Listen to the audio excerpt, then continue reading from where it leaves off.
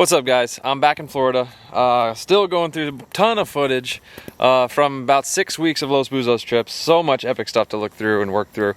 But this time I got a short one for you guys. This is something I've been wanting to do for a very, very long time, but something I was a little nervous to do for obvious reasons. So my brother just got me this Go Fish Cam. So it's a camera that you just tie to your fishing line and it can look at your bait and see what's going on. Obviously it's an underwater camera, it's a pretty expensive thing. So I was a little nervous to tie it to my bait that I figured was gonna get eaten by a Cubera and dragged into the rocks. So we have a ton of Cuberas, snappers around the lodge, and you know, they're definitely one of the toughest fish to land, and for good reason. You know, the average size that we get is like 50 pounds. They're just straight muscle. They live in the gnarliest part of the reef, under the ledges, in the caves, and they're just really, really good at getting off.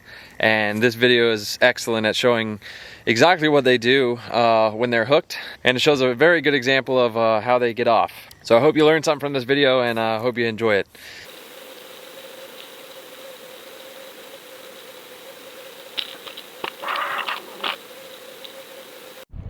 All right, I'm getting a hit here.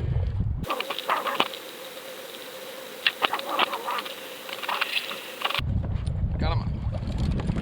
Got him up, got him up, got him up.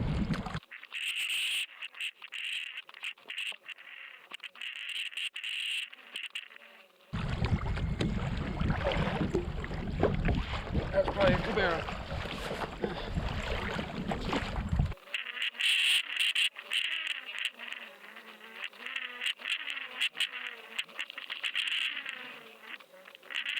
Hey, Carrie or Blake, I'm hooked up. Come get this fish. Hooked up big.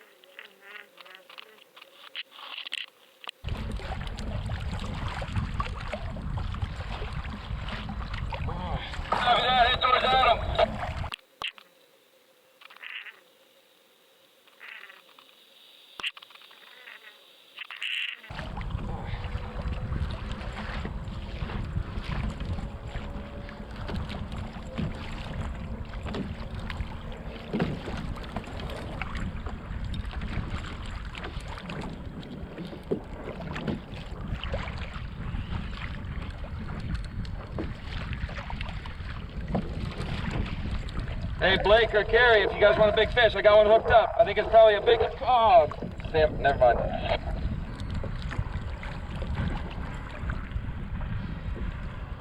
Carrie, you ready to check?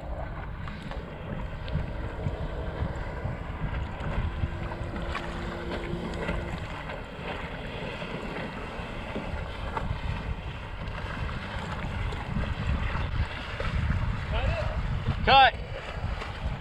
It's cut. It might have been a shark. I got it on a little snapper. Little snapper.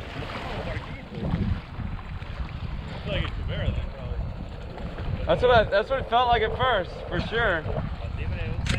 Alright, so obviously I didn't get it up. I'm not exactly sure what happened because the battery died on the camera before the line ended up breaking. So I'm pretty sure the line was just nicked pretty bad or chafed up from the rock or the Cubera's teeth. The Cuberas have really, really sharp teeth, and when they're fighting, shaking their head when they're trying to swim away, it'll wear through the line. So we usually use really tough line. We like to use 100-pound fluorocarbon. This time I should have had 100-pound, but I had 80-pound. But we generally use that 80-pound pink handy line. Really, really strong main line to about 6 to 8 foot of 100-pound leader. You can see in the video I thought I had a shark on because it was cut pretty clean.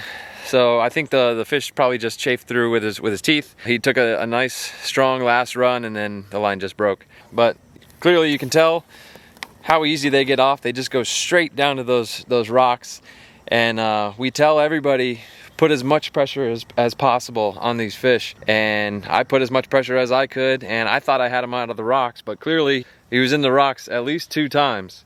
But I hope you like it, and if you're coming to Los Buzos, watch this video and take notes, because this is what can happen. This is why you put as much pressure as possible on the fish. This is why we use those heavy leaders, the heavy main line, and those nice accurate reels. You can put a ton of drag on these fish. But I'll have a lot more videos with that Go Fish cam. Hopefully it lasts long.